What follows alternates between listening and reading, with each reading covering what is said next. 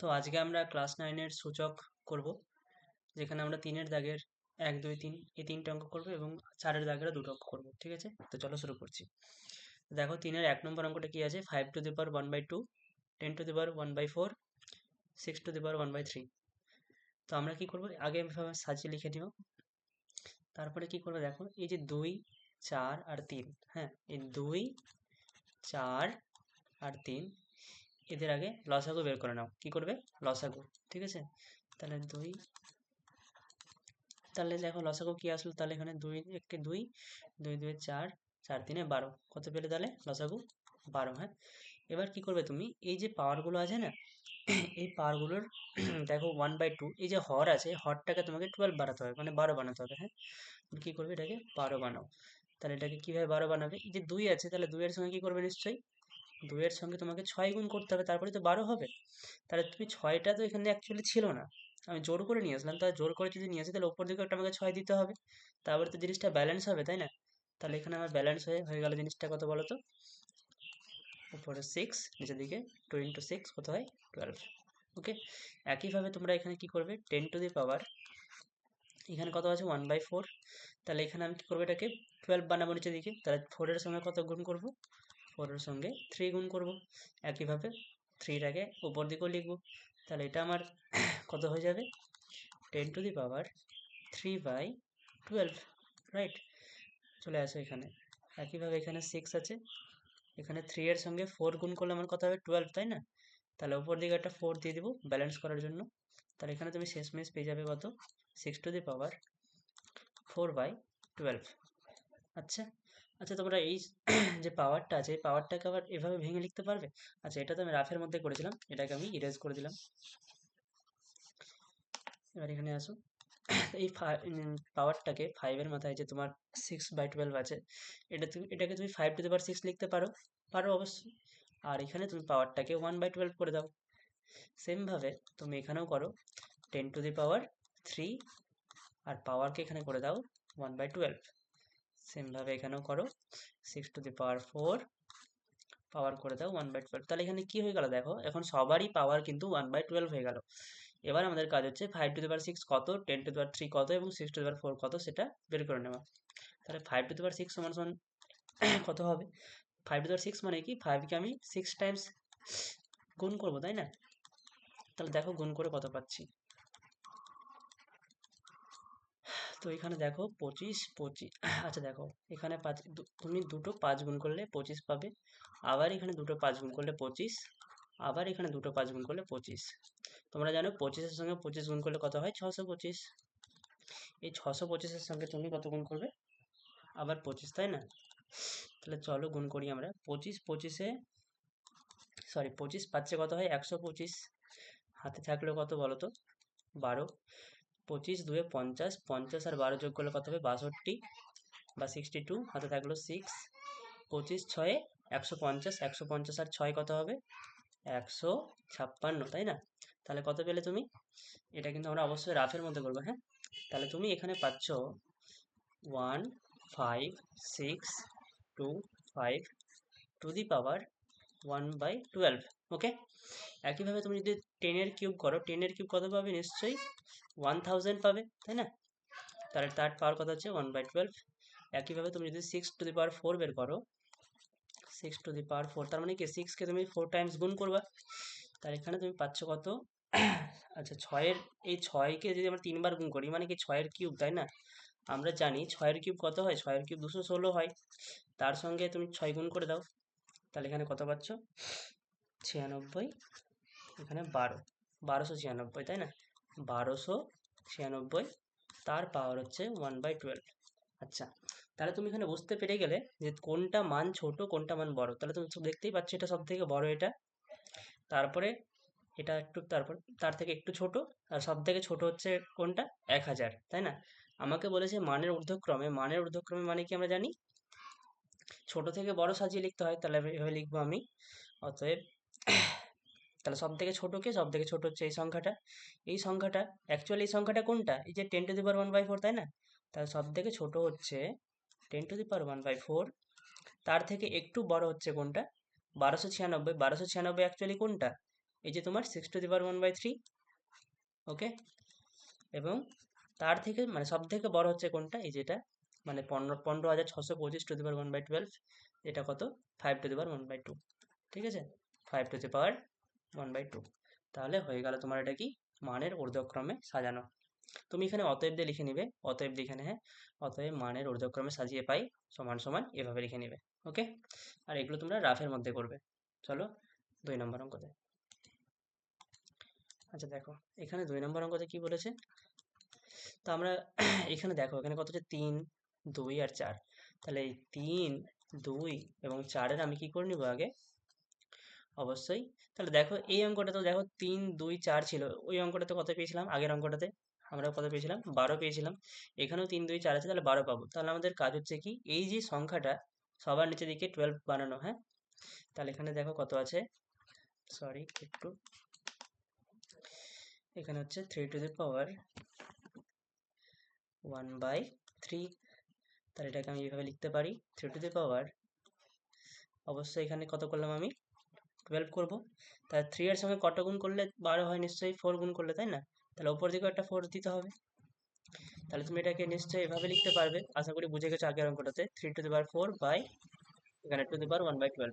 একইভাবে এখানে চলে আসো, 10^1/4 আছে, তাই না? তাহলে তুমি এখানে কি করবে, 10 লিখো, পাওয়ারটাকে তুমি 12 করে দাও। তাহলে 4 এর সঙ্গে 3 গুণ করেছো, তাহলে 3 যদি নিচের দিকে গুণ করো তাহলে উপর দিকেও করতে হবে, তাই না? তাহলে তুমি এটাকে লিখতে পারো সেম ভাবে আগের অঙ্কের মতনই একদম, এটাকে তুমি 1/12 লিখতে পারবে। তারপরে এখানে কত হচ্ছে, sorry sorry sorry sorry sorry, my bad. এখানে আমি আগের অঙ্কটাই করে দিচ্ছি, সরি। এখানে হচ্ছে কত, কোনটা, এটা হবে, তাই না? কত আছে, 2^1/2। তাহলে আমি এটা কি করব, এটাকে আমি 12 বানাবো। তাহলে 2 এর সঙ্গে 6 গুণ করলে 12 হয়, তাই না? তাহলে 6 আমাকে একটা উপরও দিতে হবে, আমি এটাকে এভাবে লিখতে পারবো, তাই না, 2^6। আর এখানে পাওয়ার 1/12। একইভাবে এখানে চলে আসো, এখানে এটা কত আছে, 8^1/4। তুমি এখানে করবে 12, মানে 3 গুণ করেছো, 4-এর সঙ্গে 3 গুণ করলে 12, তাহলে উপরের দিকেও একটা 3 গুণ করে দাও। তাহলে তুমি এটাকে লিখতে পারবে 8 এর কিউব, তার পাওয়ার হচ্ছে 1/12। আচ্ছা 3^4 কত হয়, তুমি কি করবে, মানে 3-কে 4 বার গুণ করবে, হ্যাঁ, 3-কে 4 বার গুণ। তাহলে 3-কে তোমরা 4 বার গুণ করে অবশ্যই কত পাবে, 81, তাই না? তাহলে তুমি এটাকে লিখবে 81^1/12, 2^6, ওকে। তাহলে 2^6 মানে তাহলে কি, তুমি 2-কে কবার গুণ করবে, কবার, 6 বার, তাই না? তুমি করে এখানে দেখে নিও, আমি আর করছি না। 6 বার যদি গুণ করো তাহলে পাবে তুমি 64, ওকে। তাহলে 64, তার পাওয়ার হচ্ছে 1/12। একইভাবে তুমি 8-এর কিউব করো, 8-কে যদি তুমি 3 টাইমস গুণ করো তাহলে তুমি পাবে 512, ওকে। তাহলে তুমি এখানে পেয়ে যাচ্ছ কত, 512, তার পাওয়ার হচ্ছে 1/12। তাহলে তুমি দেখতেই পাচ্ছ সব থেকে বড় কোনটা, এটা বড়, তারপরে এটা মাঝারি, সব থেকে ছোট এটা। তাহলে আমরা এখানে লিখে দেবো, অতএব সব থেকে ছোট কোনটা, এটা, এটা মানে কোনটা, এই যেটা। তার সব থেকে ছোট হচ্ছে 2^1/2, তার থেকে একটু বড় হচ্ছে এটা, তার মানে এই যেটা 3^1/3, এবং সব থেকে বড় হচ্ছে কোনটা, এটা 8^1/4। তাহলে হয়ে গেল তোমাদের 2 নম্বর অঙ্ক, ওকে। চলো এবার 3 নম্বর অঙ্ক দেখ, হ্যাঁ, এভাবে কিন্তু অ্যান্সারটা করবে, ঠিক আছে, আর এইভাবে সাইডে রাফ করবে। চলো 3 নম্বর অঙ্কটা কি আছে, 3 নম্বর অঙ্ক এটা বলছি কি, আচ্ছা বাবা, বড় বড় সব সংখ্যা, ঠিক আছে, চলো শুরু করা যাক। এখানে 60, তারপরে কত আছে, 3^48, তারপরে হচ্ছে কত, 4^, সরি ব্রাইটনেসটা, 4^36, এবং 5^24, ওকে। এটা একটু কারেক্ট করে দিই, এটা 60, ওকে। আচ্ছা দেখো, এই যে পাওয়ারগুলো দেখো, এখানে 60, এখানে 48, এখানে 36, এখানে 24, এদের এদের একটা, দেখো এদের একটা কি বলে ওটাকে, গসাগু, এদের গসাগু কি হবে বলতে পারবে, 60, 48। আমি কিন্তু লসাগুর কথা বলছি না, হ্যাঁ, আমি কিসের কথা বলছি, আমি কিন্তু বলছি গসাগু।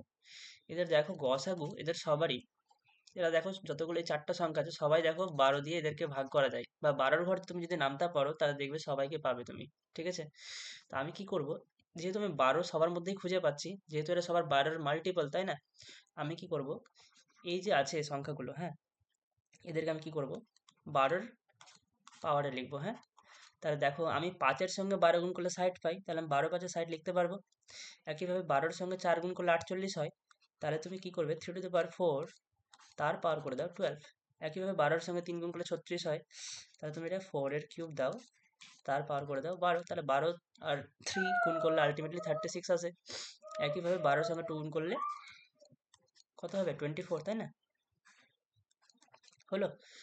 এবার তোমরা জাস্ট 2 to the power 5 এর মান কত, 2 to the power 5 এর মান তোমরা এখানে সাইডে করবে, 2 to the power 5 সমান সমান কত আছে, 2কে 5 বার গুণ করবে, দেখবে 32 পেয়েছো, কত পেয়েছো, 32, তার পাওয়ার 12।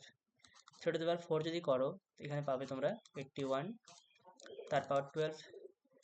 যদি 4-এর কিউব করো এখানে পাবে 64, তার পাওয়ার 12, এবং 5-এর স্কোয়ার করলে কত পাবে, অবশ্যই 25, তার পাওয়ার 12। তাহলে আমার বলার অপেক্ষা রাখে না যে সব থেকে বড় কোনটা সব থেকে ছোট কোনটা, তোমরা বুঝতেই পারছো। তাহলে এখানে অতএব দিয়ে লিখে দাও, সব থেকে ছোট, ছোট থেকে বড় সাজাবো, তাই না, তাহলে এটা, তার মানে এটা, তাহলে 5 to the power 24, তারপরে কোনটা, তারপরে তারপরে হচ্ছে এটা, এটা মানে এটা 2 to the power 60, 2 to the power 60, তারপরে কোনটা, তারপরে হচ্ছে এটা, এটা মানে এই যেটা 4 to the power 36, 4 to the power 36, সবশেষে হচ্ছে কোনটা, 3 to the power 48, 3 to the power 48। এই হয়ে গেল তোমাদের অ্যান্সার, ঊর্ধ্বক্রমে সাজানো হয়ে গেল, হ্যাঁ। চলো এবার 4-এর দাগের অঙ্কতে। আচ্ছা দেখো 4-এর দাগের অঙ্কটা করার আগে তোমাদেরকে আমি একটা অঙ্ক জিনিস বুঝাই, একটা ছোট্ট জিনিস বুঝাই, হ্যাঁ। ধরো এখানে একটা সংখ্যা আছে x to the power a, ওকে। আবার একটা সংখ্যা আছে ধরো নিচের দিকে, এটা হচ্ছে x to the power b, ওকে। তো তোমরা যখন আমি সূচকের প্রথম কয়েকটা ভিডিও করি, মানে ভিডিওতে হয়তো বলেছিলাম সূত্রতে, যে যখন একটা সংখ্যা ধরো এই সংখ্যাটা নিচের সংখ্যাটা, হ্যাঁ, x to the power b আছে, আমি কি করছি এই সংখ্যাটাকে আমি জোর করে ওপর দিকে নিয়ে যাচ্ছি। কোনটা সংখ্যা বলো তো, নিচেরটাকে। আমি যদি জোর করে একে উপরে নিয়ে যাই তাহলে কি হবে, পাওয়ারটা তার মাইনাস হয়ে যাবে, মানে মাইনাস হয় না, মানে অ্যাকচুয়ালি যেটা পাওয়ারের যে সাইনটা থাকে সেটা উল্টে যায়, এখানে যদি মাইনাস থাকে তাহলে উপরে গেলে হবে প্লাস, এখানে যদি আমার প্লাস থাকে তাহলে উপরে গেলে হবে মাইনাস, তাই না। তাহলে দেখো এখন x to the power a into x to the power -b। আবার আমি এটাও বলেছিলাম যে যখন সেম সংখ্যা থাকে তাদের পাওয়ারের যোগ বা বিয়োগ হয়, তুমি দেখো এখানে দেখতে পাচ্ছ, এখানে পাওয়ার হচ্ছে +a, এখানে হচ্ছে পাওয়ার -b, তাহলে এদের আমি যখন গুণ করে দিব এই দুজনের, তখন পাওয়ারটা কি যাবে, a-b হয়ে যাবে, কারণ একটা প্লাস একটা মাইনাস, তাই না। এই জিনিসটাকে মাথায় রাখবে, হ্যাঁ, এখানে এই অঙ্কটা কাজে লাগবে। তাই এখানে আমি ডাইরেক্ট একদম শুরু করে দিচ্ছি। এখানে দেখো, তাহলে আমি এই জায়গাটা থেকে আমি একদম এখানে আসতে পারবো তো, যে ওপর দিকে যদি আমি এই সংখ্যাটাকে নিয়ে যাই তাহলে তার পাওয়ারটা মাইনাস হয়ে যাবে, তাহলে এখানে আমরা সেটাকে ইউজ করবো, হ্যাঁ।